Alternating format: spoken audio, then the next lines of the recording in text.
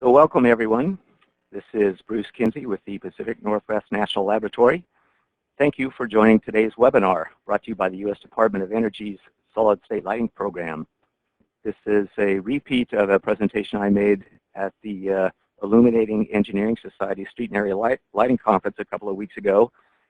Following that event, we had a number of folks suggest that this might hold a wider appeal to a larger audience, so we decided to do it as a webinar. And wow, here we are. Our 1,000 available connection points filled up within about 5 days.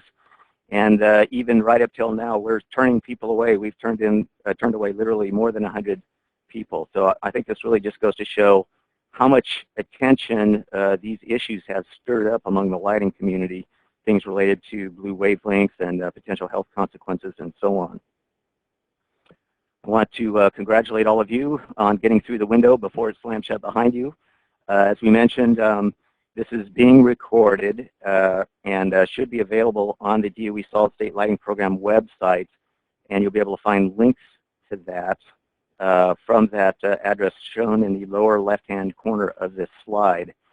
That should be up within the next couple of weeks in case you have other colleagues or people you think might benefit from watching this. I think this is also a good time to note that the Department of Energy is holding its next Technology Development Workshop next month, November 16th and 17th in Denver.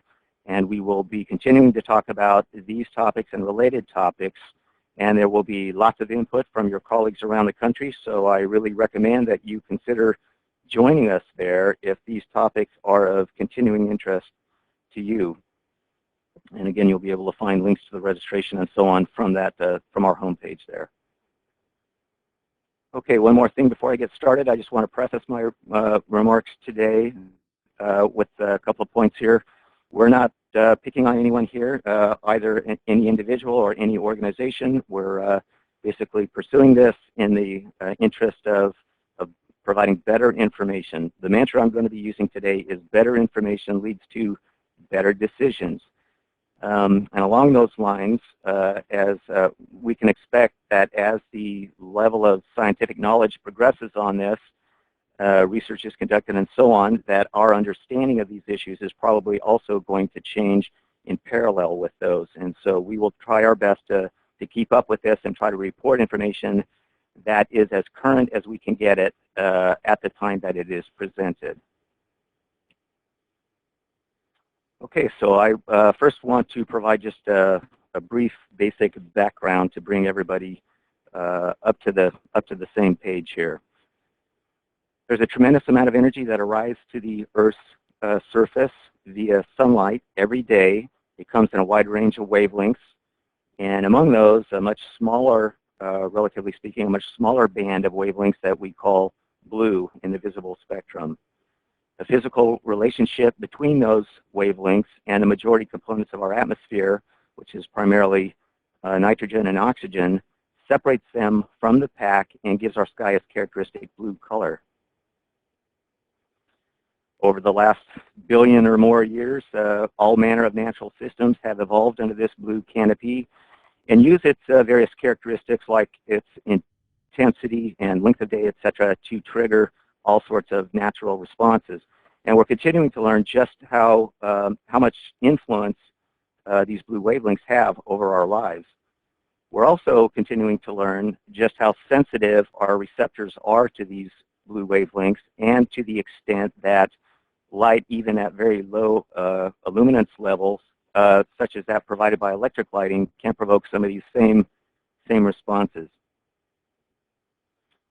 And the reason we're all here today is, of course, that street lighting has received a fair amount of negative press lately for its ability to stimulate some of these same responses, which, of course, coming at unnatural timing relative to our circadian rhythms may bring accompanying undesirable health consequences. The concerns being raised are being leveled at LED products in particular due to their increased blue content relative to the sodium vapor products that they are largely replacing. The two major issues being raised, sky glow and ensuing health concerns are both related. There's a high correlation between those perceived issues and blue content.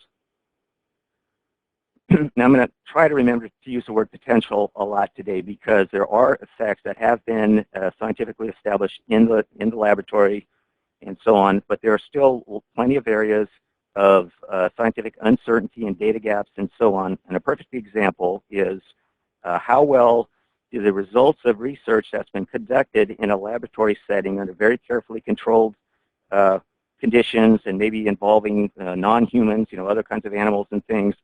How do these translate to a practical situation of someone in their bedroom, light filtering in from a street light outside, maybe through open curtains, or maybe not, maybe closed curtains, a person on the bed with their eyes closed? How much exposure are they likely to receive? And then what, in terms of ensuing impacts to their health? There's a huge link in between those that we are not even close to resolving yet. And that's the reason why there's so much ongoing research. They're basically trying to resolve some of these uncertainties, trying to fill in these data gaps, and so forth. In the meantime, there's no lack of projections being made that typically start with one of these facts and established facts, and then maybe leap over sort of all of these other unknowns, using some heroic assumptions and often erroneous assumptions, and arrive at what is essentially sort of a worst-case scenario that then is used to justify some conclusion that's used to justify some sort of recommended action. An example of this that's very common right now, and this may be explicitly stated, or it may just be implicit in the values being used for comparison, is all other things remaining equal, substituting a very high temperature LED spectral power distribution for a low high pressure sodium spectral power distribution will result in some impact. So I'll call your attention to this photograph at the bottom of the page. This is a photo of the U.S. border down around Yuma, Arizona, where we were involved with a field demonstration, just a small pilot involving the retrofit of 3 poles that had quartz metal halide. These aren't high pressure sodium, but the same point's going to apply. These had quartz metal halide on the incumbent technology used. These were replaced with LEDs. And well, first let me just ask pop quiz question: which of these 3 poles is not like the others? If you selected these 3, you can give yourself a point. The LEDs are putting out something less than half the lumen output of the HID products. They had to lower those poles in order to maintain the uniformity, or to meet the uniformity requirements on the illuminated space, but they were able to do so while still maintaining a horizontal orientation. That wasn't the case with the quartz metal halide, which had to be tilted at an average angle of about 45 degrees. And just look at the appearance here. This is from about a mile away, this photo, and look at the difference in glare coming from the HID products and presumed uplight and everything else. This is not, I didn't cherry pick this photo. I mean, this is a typical kind of result. I could have put any one of a dozen photos in here. And the point is that things are never the same following a conversion to LED products. And the differences are not subtle, just like you see in this photograph. So relying on these kind of erroneous assumptions, like I've got listed above there, leads to erroneous results and ultimately conclusions that may not be at all optimized in terms of their practical application towards addressing the issues being raised. So the media reports we see discussing these issues, and there's been a lot of them lately, as everybody knows, they often acknowledge the kind of capabilities that LEDs bring to the table that enable the kind of differences that I was just pointing out there. These are usually contained in the form of recommendations, such as what you see listed here. Avoid overlighting and incorporate dimming technologies when it's possible. Just use just exactly the amount of light and direct it exactly where you want it to go. So eliminate light trespass and uplight. Select an appropriate correlated color temperature. This is like a list of distinguishing characteristics for LED products, right? I mean, we agree wholeheartedly with all of these. But then when it comes time to sort of settle down to a final recommendation, there seems to be this overarching emphasis on really just one of these characteristics. Don't install anything over 3000K 3000K color temperature or even less, or maybe even get rid of the blue wavelength content altogether, right? I imagine everybody on this webinar right now has heard these kind of recommendations. We will contend that and continue to contend that one size does not necessarily fit all, and what worked, what was the best choice in one location may not be the best choice somewhere else. And really, a user needs to understand the collective contribution of all the key factors that contribute to SkyGlow and to these other ensuing impacts in order to make the best decision. A city, say, is trying to achieve a balance among many objectives, many of which are competing.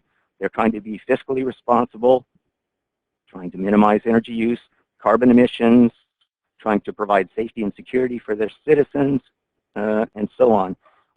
They can't necessarily afford to chase one characteristic of these, or chase one of these objectives out to its extreme end at the possible expense of the others, because what they need to achieve is this balance. So better information, again, leads to better decisions. And with that in mind, the Department of Energy is supporting a variety of investigations to try to fill in some of these data gaps. And this is in the areas that we know where we have expertise, so that pertains to the lighting technology itself, and ultimately trying to better quantify the influences of these different factors that affect SkyGlow. And then we will leave the ensuing, what happens beyond that, if there are health consequences and other things like that, we're leaving those to the other experts in other fields that know these areas much better than we do. So what I'm going to talk about in the remainder of this presentation now is I'm going to describe some of these investigations that we're pursuing. The first of these is an investigation of SkyGlow. And this has turned out to be much more complicated than we anticipated when we first set out. Our expectations were set based on the number of published papers and so on appearing out there. We assumed that these were using very established techniques and so on. And it's turned out to be a lot of these tools out there are actually more of a developmental type of stage than we originally anticipated. Our original plan was that we would select an established SkyGlow model that's being used out there in the astronomical modeling community, and there are a number of these, but perhaps they're relying on some of those erroneous kinds of assumptions now, like I mentioned earlier. We thought we might be able to work with the developers of these, improve the model by infusing some more realistic characteristics of the light source in these. And ideally, we would maybe identify a number of sites that were getting ready to undergo a conversion, get the specific details of the light technologies before and after, put those into the model, create some projections, then at the same time go out to those sites and take some measurements of the night sky, and then compare those two data sets. So we're comparing our projected values with actual measured values, use those to calibrate the model, and then once we've done this at maybe 5 or 6 sites, we might wind up with a pretty good predictive tool that we could turn over to the lighting community and say, here's an empirically calibrated model that you can use to try to hone your designs to achieve, to get the best result for your given set of circumstances.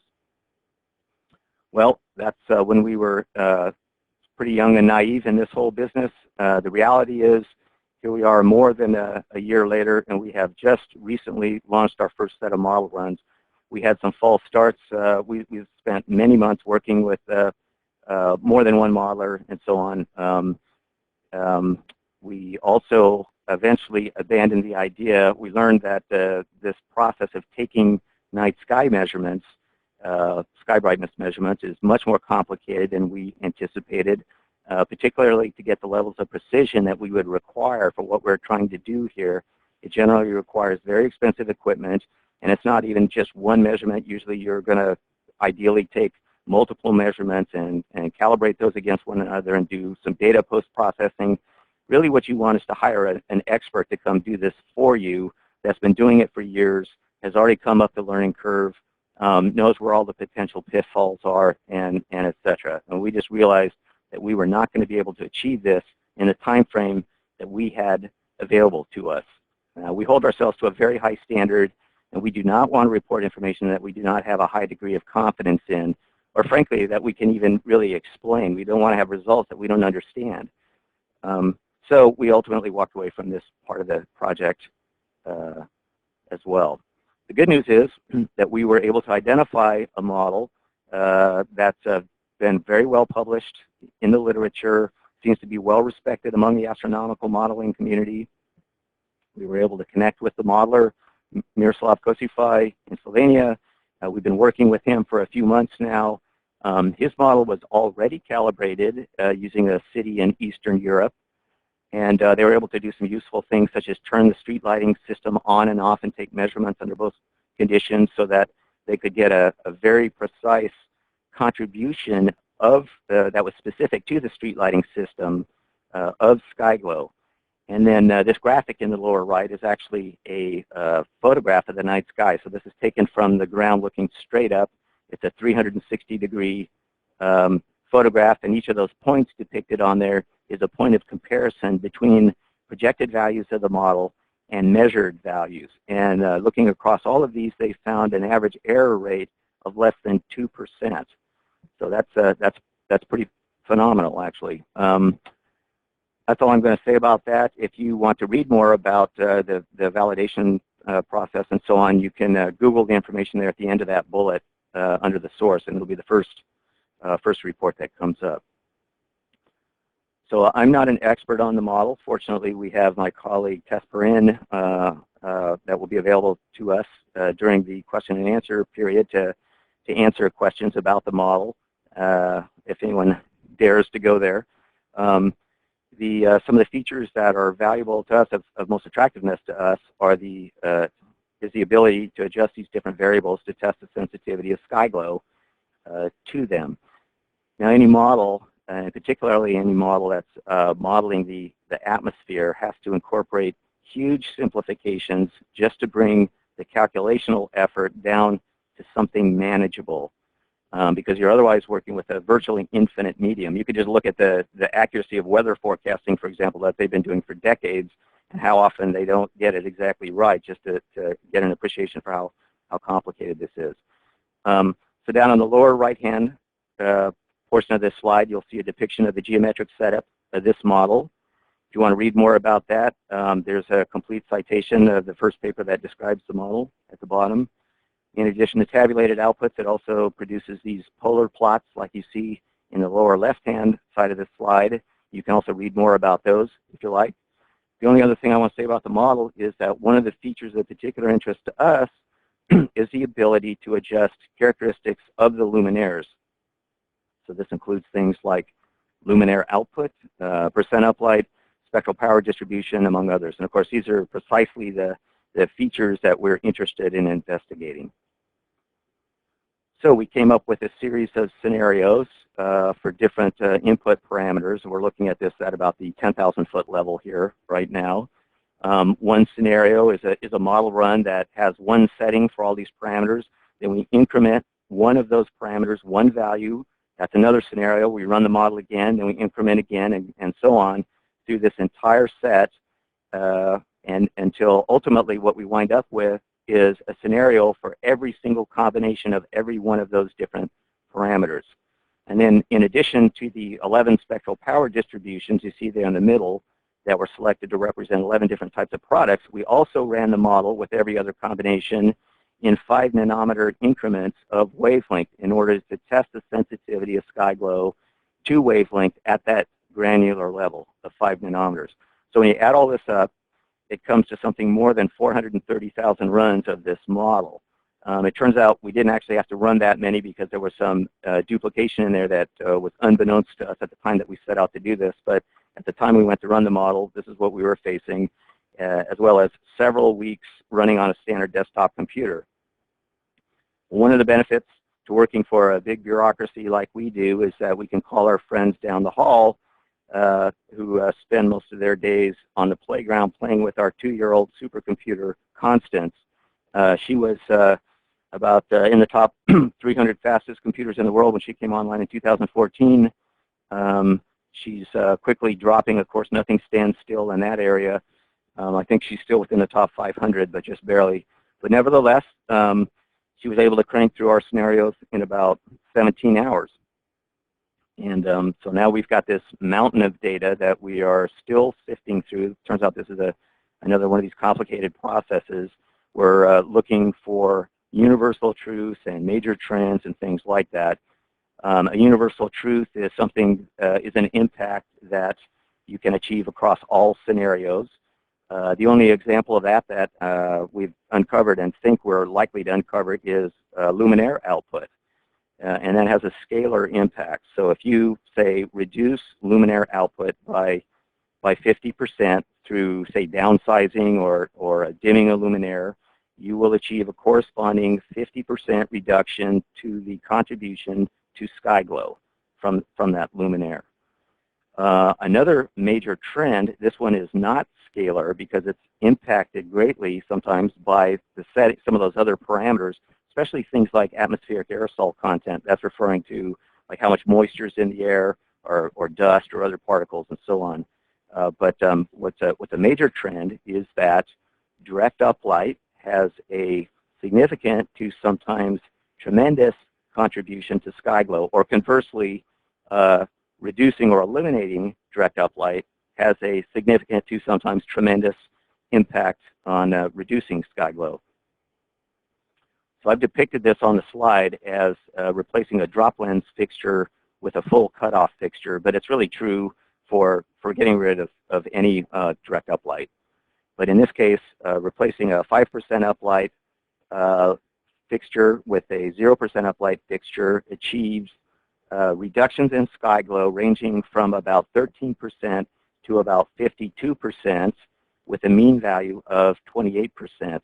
And we say this is a subset of runs because we held several other things constant, such as luminaire output and spectral power distribution. We didn't want to mix and match these things. We wanted to test. In this case, we're just looking for what is the impact specific to eliminating direct uplight. So this may not come as really that big of a surprise. If we take a look at a real-world example, this is down in Los Angeles, courtesy of the Bureau of Street Lighting. We're looking at this street from above, so everything here is uplight from these fixtures. You'll also notice that there's a fair amount of backlight that's illuminating the branches and things behind these. If we move to the post-conversion photo, of course, that largely disappears to the point that you might actually almost have difficulty locating these luminaires in this photograph if they weren't illuminating the poles beneath them. This still has uplight, but it's primarily that is being reflected from the pavement now. And let's not forget that the previous lighting system also had that different spectral power distribution, but much higher intensity. These lights, I don't know exactly what the reduction was in Los Angeles, but I'm sure it's at least 50%, fewer lumens output. And you can see the impact of these if you look at especially like those hot spots up on the left-hand side there, which all but disappeared here under the LEDs. So the next question that we're very interested in, and unfortunately I don't have the complete response for you yet, but under what circumstances and how often, if ever, does the increased blue content of this reflected light more than offset the impacts achieved by the reductions achieved by eliminating those drop lenses in the previous photograph? Like I said, I don't have the answer to that right now, but you can bet that we will have that in the final report, in addition to things like additional contribution from reduced luminaire output and a number of other factors. So just to head off this question that I expect is coming in Q&A, I don't have an expected date for that final report yet, but we're working on it, and we're going to try to get that out as soon as possible. Okay, I'm going to shift gears here now a little bit. This is a table that we generated, the Municipal Solid State Street Lighting Consortium generated in direct response to the AMA release that came out in last June. This has been modified just slightly. We've added a couple other rows, but otherwise it's still the same. The purpose of this was really, in addition to just providing numbers that people would be able to use in their own work and be able to cite, It is really just to establish the fact that these issues being raised are nothing new to our lighting world, and they're by no means unique to LED. The right-hand column there, relative melanopic content, this is an indicator of the ability of a lighting source to stimulate some of those non-visual receptors that I mentioned earlier. These are all listed relative. They're normalized to high-pressure sodium. So if you look at this maybe later, if you look at this a little bit more, one thing you'll discover is that light sources at generally similar color temperatures have generally similar percent blue contents and also fairly similar melanopic content. There's a little more variation in the melanopic content because it's not exclusive to blue wavelengths. But I think people looking at this will be very surprised, for example, to see, for example, down the row T incandescent on this table and how much melanopic content it has. You know, all of these white light sources contain varying degrees of melanopic content and of blue content. Look at a little bit higher on the table there, mercury vapor. This is a product that's been used in street lighting since the 1940s, right? In fact, we still have a lot of mercury vapor out there today. A lot of the conversions taking place around the country are actually replacing mercury vapor with LED. So the situation is different, I think, than is really being depicted. And one thing that is very different, an advantage that LEDs bring to this situation is all of these capabilities that I mentioned earlier that will enable them to address the issues being raised. They have more capabilities along these lines than any of the other products on this table. And here's my go-to example for that. This was also in our MSSLC response. Cambridge, Massachusetts underwent a conversion in the 2013-2014 timeframe. They also did a pole-by-pole inventory at the time. So our numbers, our baseline numbers here come from that inventory. They replaced about 54 million lumens of high-pressure sodium lighting across their entire system with about 32 million lumens of 4000K LED lighting. That also includes some excess to compensate for future lumen depreciation of those fixtures. So they also put a control system on there that they are currently operating at 70%. So at dusk, when the lights come on, they're only actually operating at 70% power in order to deliver just exactly the amount of light they need to meet their illumination requirements on the street. And the idea is that they will, over the years, as these fade, they will ramp that power up to continue to maintain that necessary level. But what that means is that they're actually only using about just under 22.5 million lumens now in their system. And then furthermore, at midnight, from midnight to morning, they dim that system a further 50%. So now they take that output down to around 11 million lumens. So there are a couple of different ways to calculate blue content, melanopic, and whatever. I just took some values off of the table that you just saw just to illustrate the point here.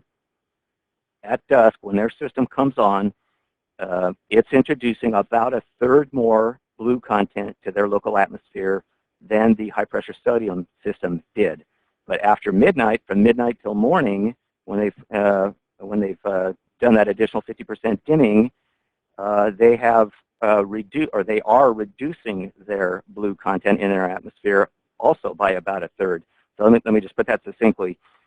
Cambridge's 4000K LED product system during the hours from midnight to morning produces less blue content in their atmosphere than the high-pressure sodium system that it replaced.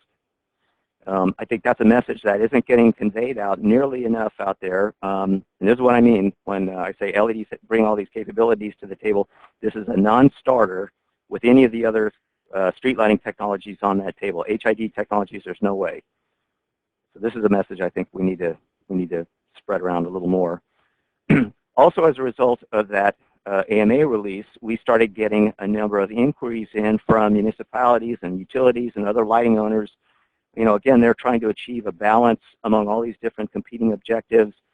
And, you know, suddenly here's a new concern that they have to worry about, the potential for health consequences. So they were coming to us, a lot of cases just conveying questions from their citizens and other people wondering, where does this fit in this set of priorities that we've got. Is this stuff established? Do we really need to, is this serious? We know there are lots of other sources of light we're hearing about from our interior lighting sources, for example. About this time, Apple Computer came out with its night shift mode, right, that eliminates the blue content after hours, and we're getting warnings about not viewing our electronic devices within 2 hours of going to bed. So how does this light source, this small amount of light we expect infiltrating from the street light outside, where does this fit in this whole? Can you put this into context for us? So a colleague of mine, Naomi Miller, and I looked around to see what kind of data on sort of the relative contributions of these different sources, what kind of data existed out there. The Lighting Research Center at Rensselaer has done has published a few papers on this, and really that was about all that we could find. So we thought, well, why don't we just take the lighting meters home to our own homes and take some measurements, so at least we've got a point of departure here for discussion. And we did so, and we were impressed enough with the results that then we thought, well, maybe we ought to recruit a few others to do this. So this table reflects a set of 5 readings. The people that participated are listed up there at the top. And we have now, likewise, looking at this, we think we actually want to expand this to probably take this table to the International Association of Lighting Designers and see if we might bump up the number from 5 readings up to maybe into the low hundreds, 100 to 200 or more than that. And thanks to my, one of the downsides of working for a big bureaucracy is we have these scary offices called human subjects research, and my colleague Naomi Miller had to run the gauntlet with this form, showing that we weren't going to have any negative impact, and thanks to her, she's almost through, so we're just about set to go out with this to the IALD. But back to this particular table, which is obviously a set of preliminary results with this few samples in it, but I still think there are some initial results here that are worth noting. The first is the relatively small amount of light that is coming in from the street lights outside. So standing in their bedroom in front of the window with the curtains open, holding the light meter at their eye level and looking at the nearest street light and taking a reading. In all cases, this was 0.1 lux or less. We had two of our participants here actually didn't have any lights visible from their bedroom, so their readings were actually 0, but 3 of us did, and in all cases that was 0.1 lux or less. The second thing I think is very interesting here is to look at what generated the greatest range. Now the kitchen was pretty large too, but I think in the current context this is actually much more interesting. This is from the bedside lamp, so this is laying in bed with a book at reading distance, maybe on your lap or wherever, a book or a magazine, holding that meter at eye level and looking at the reflected light from that page. We generated a range of results between 35 and 350 lux. And of course, it's not like people are lighting these books with high-pressure sodium or low-pressure sodium or something. They're using incandescent or fluorescent or maybe LED. If you go back to the table, these are all sources. These are all white light sources with plenty of melanopic content and so on. And look at the rows just immediately above that, where we measured phone and tablet output. We're getting these warnings about not using our electronic devices. I think there's some sort of, it's almost becoming an urban myth, something about the light coming from these electronic devices that is somehow different from light coming from other sources, and it's just not the case. And if you look here, we're talking about, in terms of intensity, maybe an order of magnitude greater or more. So I think what this is all going to boil down to, again, these results are still preliminary, but I think what this will boil down to is that if some of these current scientific uncertainties are resolved, it turns out that these issues are something that we very much need to take seriously, we really need to do something about, it's going to require changes in our lifestyles across. And it's really not going to be sufficient to just focus all of our attention on this one, relatively small, at least so far, relatively small source. Okay, so I just wanted to show what the situation looks like outside of my own house to give people an idea that we live in a normal neighborhood and all that. When I showed these photos at SALC, a Street and Area Lighting Conference, I was challenged by a gentleman afterwards who suggested that the photo on the left was somewhat misleading because of the sensors used in cameras that do not necessarily adequately record all of the blue wavelengths and can therefore change the appearance of two different sources in a photograph like this, and he suggested that this was misleading. So all I can say is that this does present an accurate representation of what I saw with my eye that morning, which is part of the reason why I took the photo. And furthermore, the values here actually correspond with the values that we've got in the table. So I'm going to go out on a limb here and say that the 4,000K LED streetlights in our town are both dimmer and warmer than the moon. Okay, moving on.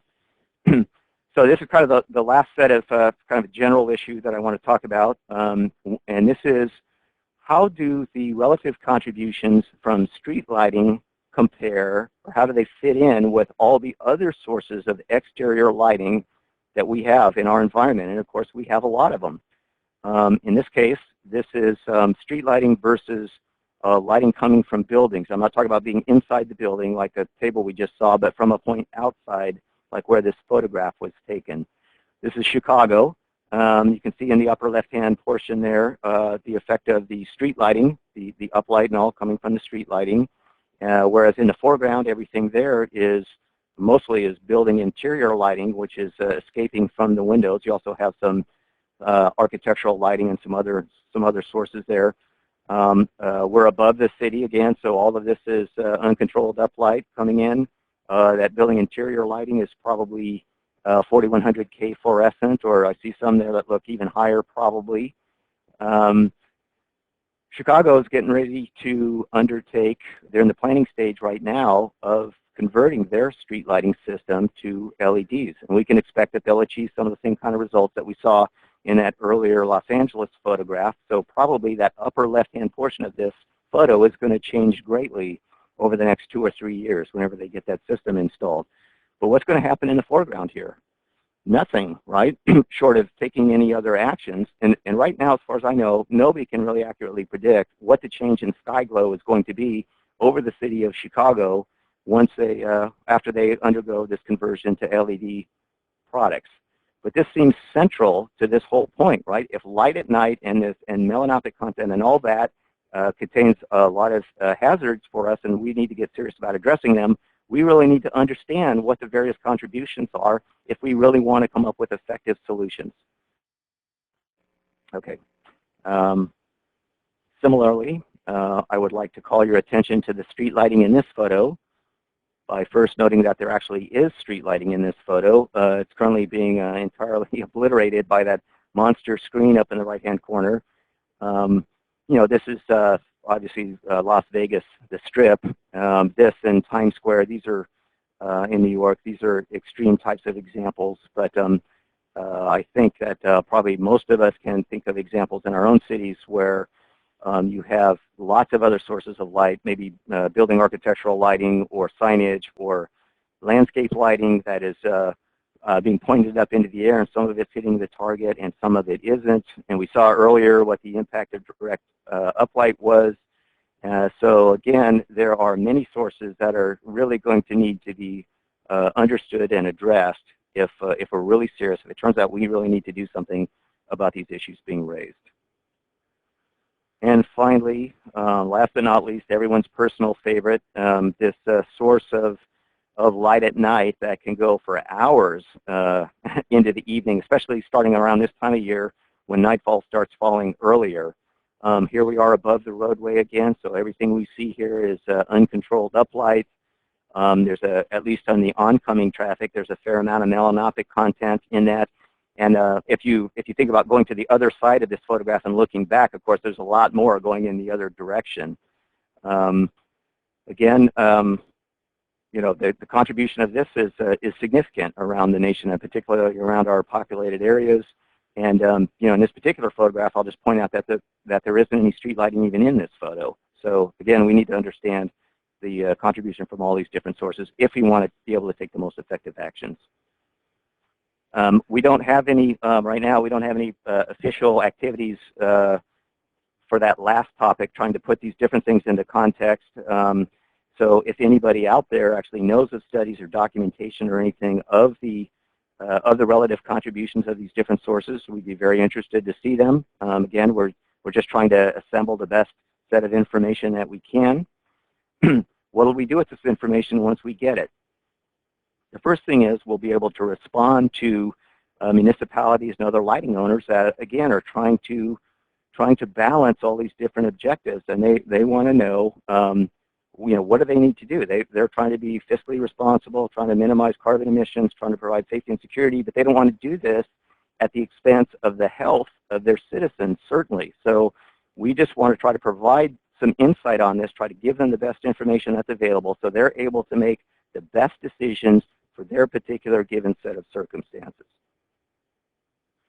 We think we might also be able to provide some related tools to the lighting community, such as a graphical user interface that we might put on our SkyGlow results that would enable a lighting designer to, say, test the impacts of scenario A versus scenario B, and might be able to refine their design and put some economic numbers associated with that, and maybe come up with ultimately sort of the most effective and most cost-effective solution for a given set of circumstances.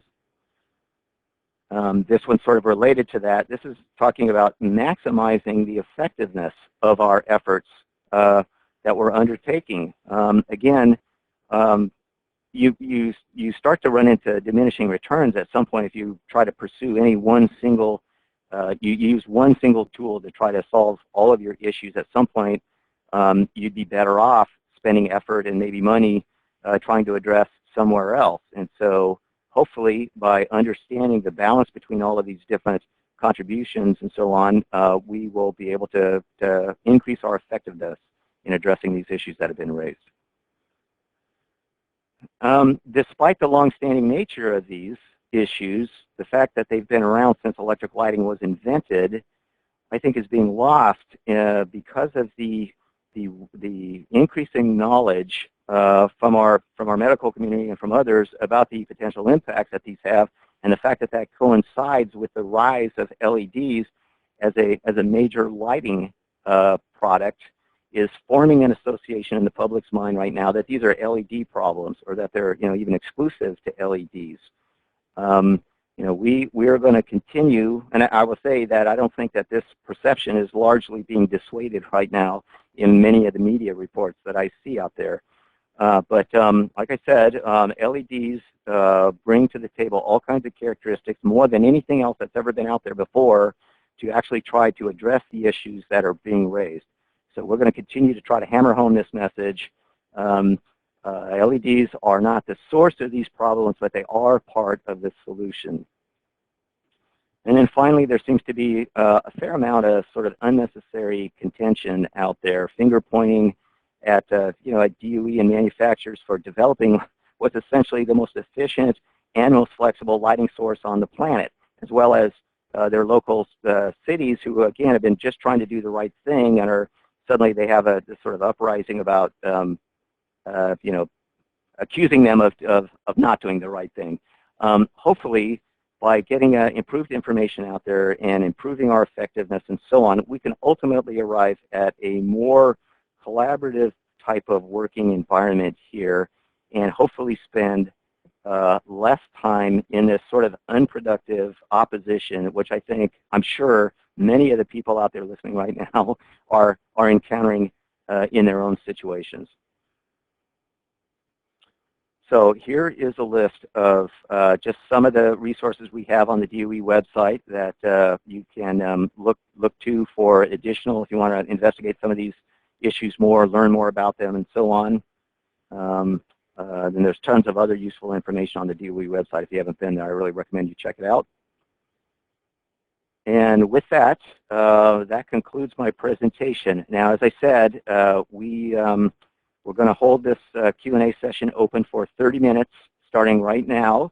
I'm going to be joined by my colleagues Tess Perrin, who, as I said, will be handling any questions that are coming in related to the model or the SkyGlow investigation, and my colleague Michael Royer, who will be responding to questions pertaining to color temperature or blue content or other matters related there.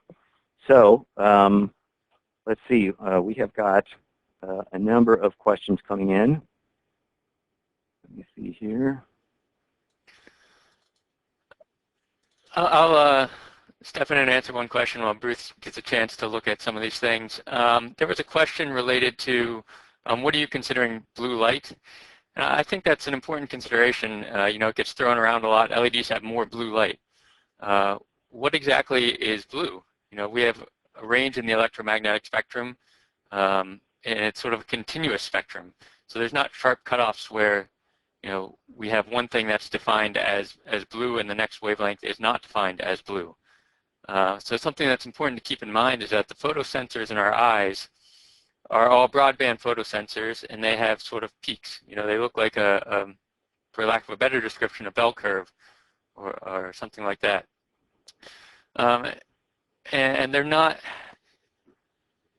you can't just have, how do I want to put this, you know, one wavelength and take it out or make little changes in wavelengths and have the sensors see things completely differently. So we need to look at things sort of more holistically. We have functions defined to address these things. So just saying, you know, you look at LEDs and you say you see a blue spike there. Well, if you compare it to another source that's roughly the same color of light, well, it'll frequently have a dip or less energy in surrounding wavelength regions. And so the way our eyes are integrating that information, that spike may or may not cause much of a problem. And generally, you're integrating over large enough areas that it's not as problematic as you might assume if you were just looking at that spectral power distribution. So I'll go ahead and throw it over to Tess with a question. This is getting into more of the modeling, and we'll continue to monitor the questions as they're coming in. There was a question, did you factor in the surface of the street in the model? Thanks, Michael. Although different street surfaces could include asphalt to concrete or grass, we actually kept the reflectance at 15%. So the model actually follows Garstang's equation. So there's a contribution of the street light that is from ground reflection. So as I said, that was kept at 15%. And then there's another portion of direct uplight that you can set the percent of uplight. So in our runs, we either set that as full cutoff, so 0%, 5%, or 10%. But otherwise, we did not consider changes in surface topology. So there are, I see a number of, actually a number of questions related to the surface of the street, asphalt, concrete, brick, different reflectivities, and so on.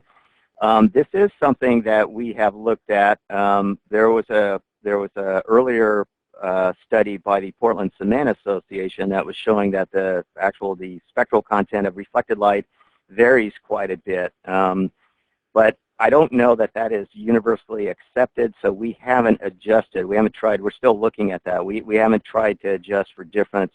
And part of the issue is that this quickly becomes extremely complicated, because if you start, what sort of assumptions are you going to make? Okay, what color is the pavement? How much is covering pavement versus grass or other kinds of surfaces? It's sort of a slippery slope. Once you start down there, then it turns out it's a rabbit hole. At the bottom, you go down and try to come up. So this is like one of the simplifications that most models use. They just assume an albedo, surface albedo for all conditions. Let me take one here. Somebody asks, in simple terms, does 3000K LED, is it superior over a 4000K LED for sky glow? So if you look at the table, it's not, in general, the answer is yes. There's generally less blue content in a 3000K light source than a 4000K light source, but you're not guaranteed that. There's variance between different products, and even different LED products, and certainly different sources have different wavelengths in there, so you may or may not, the answer isn't universally yes, but in general, you're going to find a little bit less blue content in a 3000K than you would over a 4000K. And I should say here that we don't have any preference for one versus the other. Our preference is that the sites that are making the decision understand everything about their decisions and so that they're making these in a fully educated way.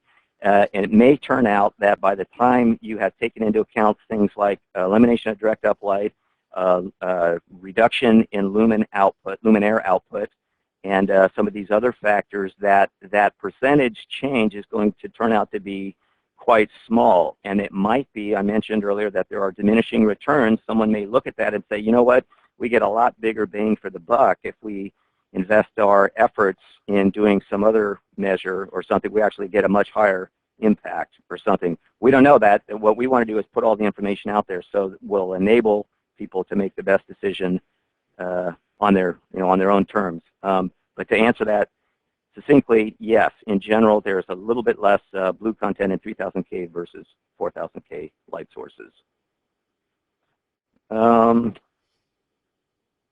Let's see, that's essentially the same question Tess already answered.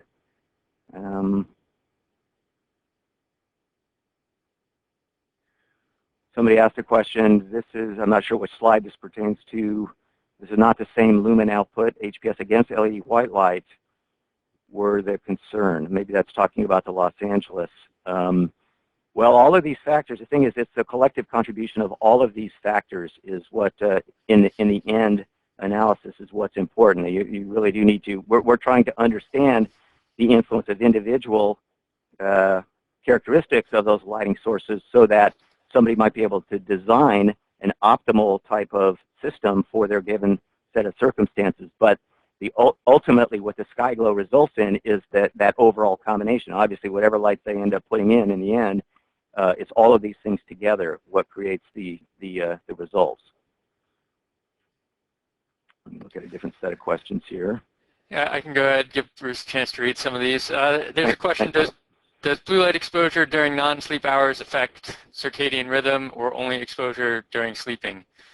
So there's a whole lot of literature out there on the effect of light on our non-visual systems, our circadian rhythms, and essentially all of the light we're exposed to throughout the day and the pattern of that light is affecting this. So it's the light-dark cycle that essentially entrains our circadian system. It's your history of exposure. It's the intensity of the exposure. It's the spectrum of exposure. It's all these things combined that are affecting your circadian rhythms. And I'm not a health researcher, but it's an incredibly complex system, our eye-brain system and our non-visual response.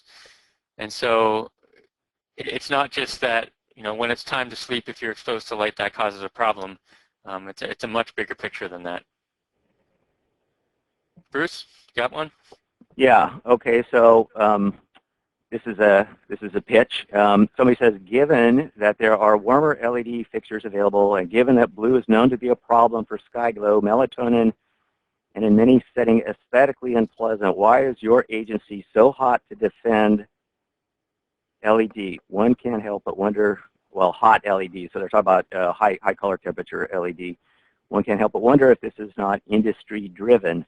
It's not industry driven, and there's a couple responses I want to give to this. The first is an assumption. You mentioned some things that might be potential, that are perceived. These are not necessarily all established yet, but they are perceived to be issues for higher color temperatures. But there's an underlying assumption here that blue is all bad, that there's no benefit from having blue wavelengths in your source.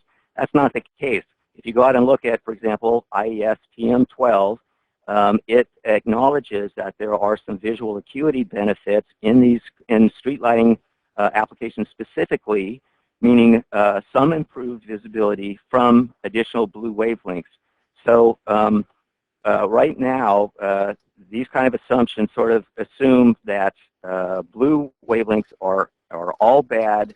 There's no impact from reducing or eliminating blue wavelengths, whereas getting rid of them only brings benefits. But I would say, and there's not a study yet, but here's an example of a data gap. Here's a study that might be interesting if they could ever establish it, would be there is probably, I'll just go out on a limb, there's probably at least an increased risk of, say, pedestrians being struck by vehicles that didn't see them in sufficient time as a result of eliminating blue wavelengths from a lighting source then there is an increased risk of cancer from the additional blue content in those sources. I mean, I don't know, there hasn't been any study to that effect, but I'm sure it is not. I'm sure it's non-zero, the additional risk to pedestrians. So that's my first response to that. So there are reasons to have. Plus, blue light does provide better color contrast and better people. We've done numerous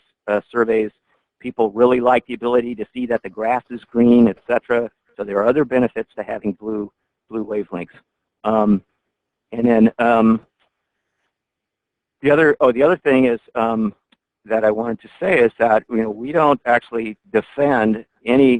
DOE does not push one color temperature over another color temperature, but we want to ensure that people understand the consequences of their actions, understand the full complement.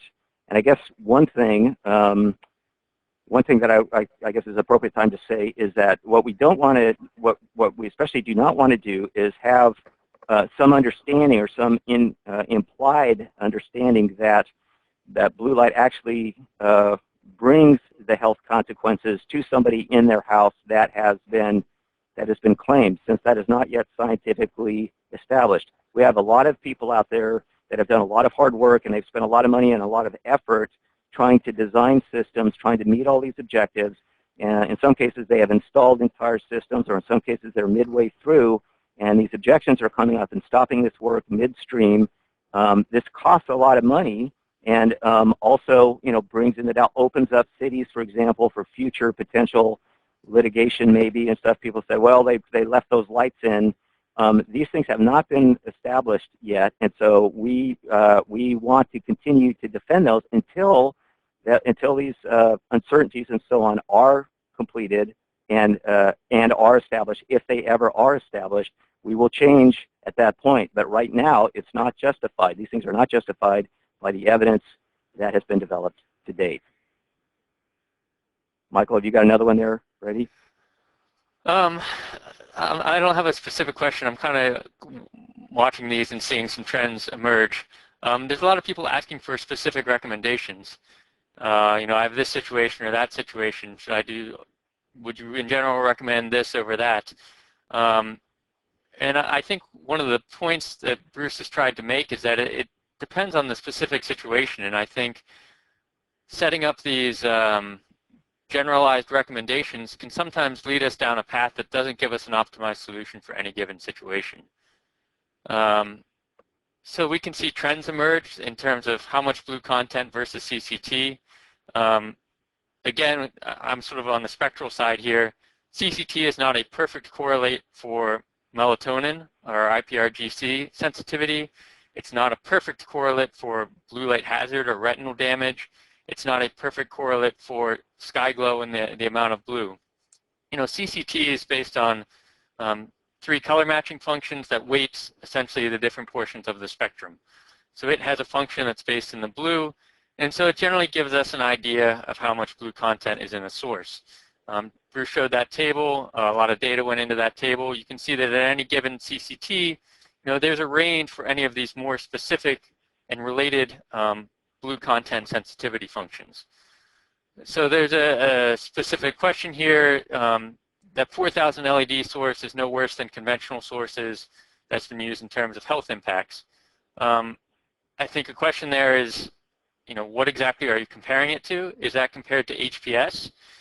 And I think the other point that Bruce has tried to hammer home is that just switching from 1 to 1 is not all other things being equal.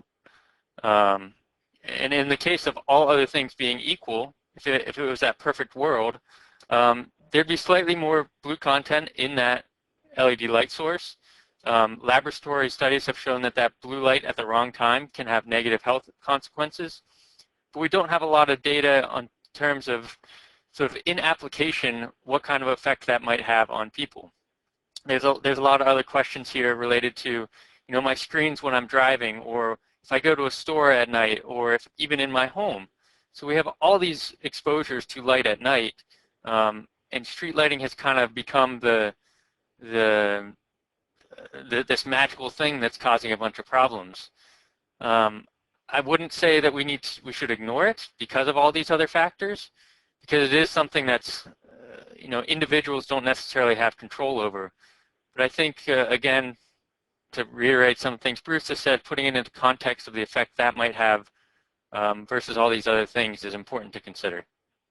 Yeah, there's two other factors here that I think you alluded to but didn't mention explicitly, Michael, and that is it's not just a function of the blue wavelength content, but also of the intensity of that light and the time of exposure. How long are you exposed to those light sources? So I'm getting other questions, like somebody said, wouldn't you think there's more exposure to blue light from the office and store lighting than home lighting? Well, of course, it always depends on your individual situation. The amount, there is blue light coming from maybe from an LED street light, but how much of that is actually infiltrating into a bedroom window? It's probably very small. Now, you've got a much higher intensity from your nightstand light, but then you turn that off and you go to bed. There's all of these different variables in there. So these questions are very difficult. It's very difficult to come up with sort of like a generalized overall statement. And this is part of the challenge right now, is that we're focusing a lot of attention on street lighting, but there's also many other factors that go into how much exposure somebody gets, and even an individual basis, an individual biological basis. Things like how much exposure a person has had to daylight during the day, and how much how I guess sensitive their responders are to this at night, and so on. So it's very difficult to come up with these general conclusions. I think Tess wants to jump in with an answer about something on the model. Sure. One of the questions was whether or not our decision to use only one SkyGlow model and to not validate our runs with our own ground measurements undercut the reliability of our results. Well, given all of the SkyGlow models take quite a bit of time to understand how they work and what variables we can input to see if they're going to give us the kind of incremental data that we're looking for, to look at basically to be able to isolate how one variable is performing under different circumstances. We decided to go with Miroslav Kosifai's SkyGlow model simply because it has gone through 3 steps of validation that are deemed to be worthy in the atmospheric community. So his model was compared with a more complex model that had already been validated. Various sensitivity studies were also conducted in order to test that the model predicted well-known behavior. And Bruce presented other results where measurements had actually been taken and were validated with his model. So this investigation on our end is our first investigation. So our initial results, yes, they are only based on one model, but they're based on a model that has been validated much more thoroughly than many other models. I'd like to jump in and answer one here. There was a specific, someone sent a slide set from another presentation and talking about moonlight and 4000K LED. And saying their spectral power distributions are very different, and look at this strong blue spike near the melanopic peak. So I'm going to be giving a whole presentation on this topic at the DOE Technology Development Workshop in November, so I'd encourage you to come to that. I'll give a quick explanation of this one right now because I've specifically looked at this slide before and evaluated what's going on here. So when I traced that to LED that's claimed to be 4100K, I actually found that it was 3400K and also extremely green. So it had a DUV of something around 0.017, which is mostly, it would look almost like green light to anyone who was viewing it. So I question that moonlight spectral power distribution a little bit. Also, these two spectral power distributions are presented as relative spectral power distributions, not equalized for lumen output. So the maximum peak in each is 1. You get a very distorted view of spectral power distributions when you present them side by side this way. And so again, part of my presentation is going to be talking about you can't just look at relative spectral power distributions and understand these numerical quantities that can actually be calculated. Because if I do go and plot those SPDs and put them into the table as Bruce showed in one of his slides, there is actually lower melanopic content in that LED that appears to have that blue spike.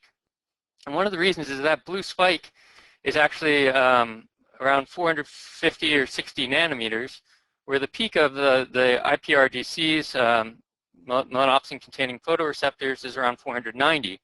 Well, that peak in the blue actually means there's a trough around 490. So again, this sort of look at that giant blue spike really frustrates me, because when you look at the actual numbers and you do math rather than just a visual analysis, your answers might actually be quite different. So I'll pass it on. Bruce, you want to answer something? Yeah, well, actually, I'm going to ask you a couple questions. I think you, because you've done a lot of, you've had a lot of people in doing subjective review of different color quality and these kind of issues. So here's a couple of questions. One question is, how does the appearance of 3000K compare with 4000K? Now, I guess this would be more than just a street lighting context, but what kind of difference would people be expected to see between those? So one of the things we have the benefit of in our visual system is chromatic adaptation. So you experience a broad range of CCTs throughout your day. You probably have a home where you're down 2700 or 3000K. Maybe not, but many people are. You probably go to an office and you see 4000K. You probably go outside and you often are seeing 5500, 6000K. But we have color constancy, and our visual system adapts so that your red apple generally looks red in all those conditions. You know, your clothing doesn't drastically change colors throughout the day. So at least within a range for street light, for example, you know, I wouldn't expect drastic visual differences between 3000K and 4000K when you're immersed in that environment. When you see them side by side, you know, you have mixed chromatic adaptation, and you can detect obvious differences between the two. So you know, personally, I don't think there's necessarily going to be a lot of loss in terms of color contrast detection going from 4000 to 3000. When you start to get into ranges 2700K and below, and the exact threshold is not really well defined, but our chromatic adaptation ability has limitations.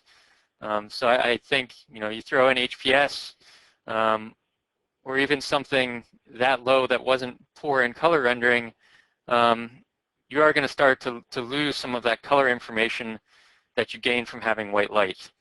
So I'll stop there, Bruce. Okay. Yeah, I'll take this one. So the question was, what's the feedback from the public or residents on the CRI improvement if sodium vapor is replaced with 3000K LED streetlights? So I'll answer this in a little bit larger. This actually opens a nice door of another point that I wanted to make. It's being conveyed right now that it sounds like there's a big uprising, the public objecting to, you know, these very high color temperature streetlights, 4000K LED. I was managing our field demonstration program several years ago when I first came onto this project, and we worked with a number of cities installing lights at higher color temperature because that's what was available. So generally, we had a number of installations that, well, a few that started out around 6,000, and then just small-scale installations, and down to 5,000, and we would, and then ultimately 4,000, and we would always make an opportunity for the public to comment on these lights. And sometimes these were brochures that were distributed throughout a neighborhood. Sometimes it was a website that was set up that people could go to and provide responses. The few times that we did get, even with the higher color temperatures, even at like 6,000K, the vast majority of responses were very positive. Most of the residents liked the light. They liked the improvement compared to the high pressure sodium very much. When we did get complaints, it typically did have to do with the high color temperature. These lights are too cold. We don't like them. This would be like less than 10% of the responses. So, but then as the the technology improved, lower color temperatures became more widely available, and we started installing lower color temperatures, like basically they centered around 4,000 K. Those complaints largely went away in the surveys of the people, the users of those spaces that were lighted. Now, recently here, we're seeing complaints, you know, they're being conveyed in these articles like, well, look, we've got 3 different people here that are saying something terrible about the color temperature in the lights. But I've worked with most of the major cities at this point, or our team certainly has almost covered the waterfront and working with cities that are converting lights. The vast majority of responses we get from people, this is being conveyed from maybe the facilities manager, the person in charge of the lighting conversion program, has been very, very favorable. You can never please everybody. You would never have any trouble actually going out somewhere and finding somebody to make a negative comment. And of course, that's what the papers are reporting. They're only reporting vocal comments from people that have something to whatever kind of beef to pick or something like that. But that does not reflect. And I've heard this. I had conversations with 2 major cities that we see in the news all the time at South. I asked this question specifically, and that does not reflect the majority view by, we're talking about cities in the multiple millions of residents, and the articles that have come out and talked about those do not reflect the majority view of the comments that they get from their populations. And so in general, people like the conversion to LED quite a bit. They much appreciate the improved CRI, the ability to tell colors, color contrast. The looks much more natural. Of course, the higher color temperatures, sometimes people do complain about those. Some people do not like. Some people, there was an article from a guy in Brooklyn that called high pressure sodium light was light to fall in love under. Well, that's a very unique perspective on this issue, and I respect his opinion, but I don't think that would be very widely held among the population. And so I think this, in general, the reception to LEDs has been very, very positive. It's probably the fact, if people are objecting to 4,000 K as being too high, then a city might want to go ahead and put in 3,000 K. We always recommend that a city do a pilot project first, do a mock-up, maybe do a couple of streets, invite all their citizens, their police force, everybody else to come out, the mayor, everybody else to come out and take a look and to gather feedback, and not to move across the entire city until they've gotten that feedback and they're assured that what they're going to install is acceptable. If everybody seems to like 4,000 K and one person doesn't, maybe that's not reason enough to go with 4,000 K. If they decide they want to go with or to change from 4,000 K, if they want to install 3,000 K because it's more politically expedient, that's enough reason in itself. If they decide they want to go that route, we don't advise them either way. Again, we just want them to understand that here's what the state of knowledge is right now, and so you're making a fully informed decision, as fully informed as we can provide the information. We don't push one or the other. Okay, that was a long answer to that short question. Sorry. You have another one there, Michael? Yeah, I got an interesting one. There was a question of essentially why not just go with higher CRI instead of higher CCT? That is certainly a consideration in terms of if you're trying to get accurate color reproduction with your lighting. Another interesting fact, though, is that with phosphor LEDs as a generalization, and again, I hate to generalize LEDs in any way, but in general, if you go to higher CRI with LEDs, you're going to increase the blue content, whether you look at that in terms of melanopic content or blue light hazard function or probably sky glow. Because with LEDs, they're essentially optimized to give you good green rendering and lack red rendering, and to go to higher CRI means you're adding red. Well, if you're going to keep the same CCT, say you're at 3,000 K and you want to go to higher CRI, if you add more red, you also have to add more blue. So you'll see some of the ranges that we listed in that table that Bruce presented for LEDs at any given nominal CCT. Some of that has to do because CCT is it's listed there as a nominal. CCT is also a very inadequate measure of spectrum because we have other things like DUV. And then CRI is another factor in there that is causing that range, even for just phosphor-coated LEDs. Now, I think one of the other interesting things we can do with LEDs is that we can engineer them at any given CCT to have maximum or minimum effect on melatonin or any other quantity that you want to have. Because we can more carefully control the spectrum, we can sort of exploit the differences between the Z-bar color matching function that's feeding information to calculate CCT and the sensitivity function of the IPRGCs. So we can move those peaks and troughs wherever we need to put them. Now, is it the case that we have those optimized sources today? Not necessarily, but the ability to engineer those sources is certainly available, and I would expect over the next few years we might start seeing some of those sources. Okay, I have another comment. This is more of a comment. The MSSLC standard that's referring to the Municipal Solid State Street Lighting Consortium standard specifications are 4100K plus or minus 200K. The luminaire specification that was issued by the MSSLC is intended to be a template. It's not a standard. Every value in there is intended to be, and this is the way the whole thing was built, was intended to be tailored to the needs of a particular site. So we do have some default values in there, but the user, we're not recommending that. The user can just as easily go in and type over the top 4100K, put in 3000K or 2700K or 6500K, whatever they want. We did not establish a standard. We do have just default values to illustrate the kind of thing that a user should input into those spaces, but it's at their discretion, whatever values they want to put in there. I also, here's another one that said, somebody asked, so mercury vapor streetlights would have lower pedestrian accidents than HPS. That's not what we're saying, and of course, any given situation, any given circumstance has multiple factors contributing to what the likelihood, including just driver behavior and pedestrian behavior and all kinds of other things. The statement that I made earlier is that blue content does provide some additional visual acuity benefits. So all other things being equal, and I can't even really go there, but the idea is that there could be a quicker, say, somebody approaching the road from the side. They might be recognized just an instant earlier with better visual acuity, and could be in enough time.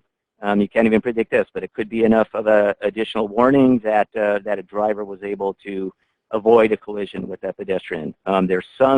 The point I was making is that there is undoubtedly some increased risk associated with removing blue wavelengths. There's a lot of proponents out there right now of producing street lighting that has no blue wavelengths in it at all, and I'm contending that there's at least as an equivalent increase in risk to pedestrians and other people, probably, as to whatever the potential risk is from having those blue wavelengths in there. I guess I should pass it back to you, Michael. Okay. We get batches of about 15 questions, and we kind of got to sort through them and see what we've answered and not answered. So I'm kind of struggling to see what is going on here.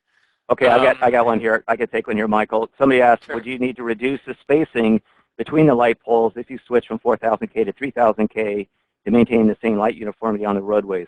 So it used to be, it's just the nature of the way LEDs produce light. It used to be that higher color temperature products tended to put out fewer lumens. There were more losses in the conversion of the light to the warmer color temperatures, and so you would have to put either a higher wattage. You wouldn't typically change your pole spacing because that's the most expensive component of the whole system, but you might have to put higher wattage luminaires on in order to meet the same illuminance, the same lighting requirements.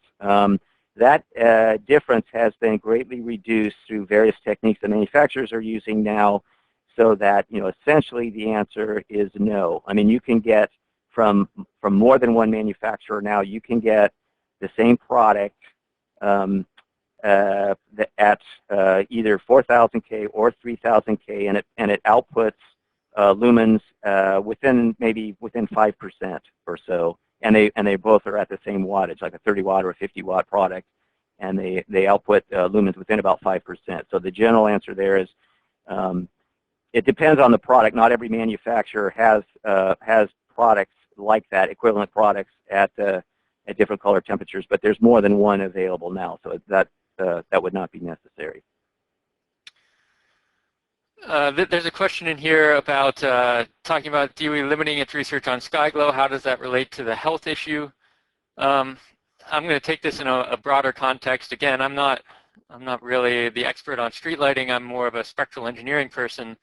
And the relation there is that all of these issues are related to the spectrum of light, and it goes beyond those. So our visibility is related to the spectrum. Spectrum has health impacts. Spectrum has sky glow impacts. Spectrum has wildlife impacts. There was a question related to health impacts on animals and plants as well. And I think the question was phrased essentially, well, why aren't we seeing problems in plants and animals? I don't think that's necessarily a fair assessment. I think it's hard for most of us to communicate with plants and animals and understand how they're being affected. But I do think there is some research out there that's showing that light at night certainly does affect plants and animals. So it's all these things combined when we need to make a decision about spectrum, and that's why, you know, all these questions asking about, can you recommend this over this? It really, really, really depends on the situation. What is your primary concern? Is it, you know, wildlife impacts? Is it human health impacts? Is it pedestrians and roadway safety? Is it retinal damage concerns? Is it energy use? All these things have to be weighed against one another, and multiple reasonable people can come up with different answers to that question. Okay, I think we're just about out of time. I will answer one more question here. And someone's asking, you know, what kind of actions can we take to make this discussion more fact-based? They're talking about the discussion ongoing out there right now. Well, this is exactly the kind of thing that we're trying to do here. We're trying to that's what I mentioned earlier, is supporting a variety of investigations to try to fill in some of these data gaps and try to publish, you know, just better, more complete kind of information so people have a better understanding of the contributions of various factors. And we're not just emphasizing or just focusing on one element of a perceived problem. When you put it into context, that will change, undoubtedly will change the perspective on that problem. And so that's basically why DOE is engaging in these different activities. And I guess that's it. We hope that ultimately we can get to a more, like I said, collaborative sort of working environment. We'd like to work with the different communities that are raising these issues and try to produce solutions that, you know, basically work for everyone. We're not likely to agree to a solution that just emphasizes one tool over all else, but rather, you know, we want to try to put this into an appropriate context for the user community out there, and hopefully we can come up with solutions that, you know, again, will never please everybody, but if we can address the concerns of the vast majority of people, we'll call that a success. With that, I think I'm going to go ahead and we've used up our half hour, so I want to again thank everybody for participating in today's webinar, brought to you by the U.S. Department of Energy Solid State Lighting Program. We do hope this was useful for your own streetlight planning and implementation efforts. Thanks again for attending, and you all may disconnect now.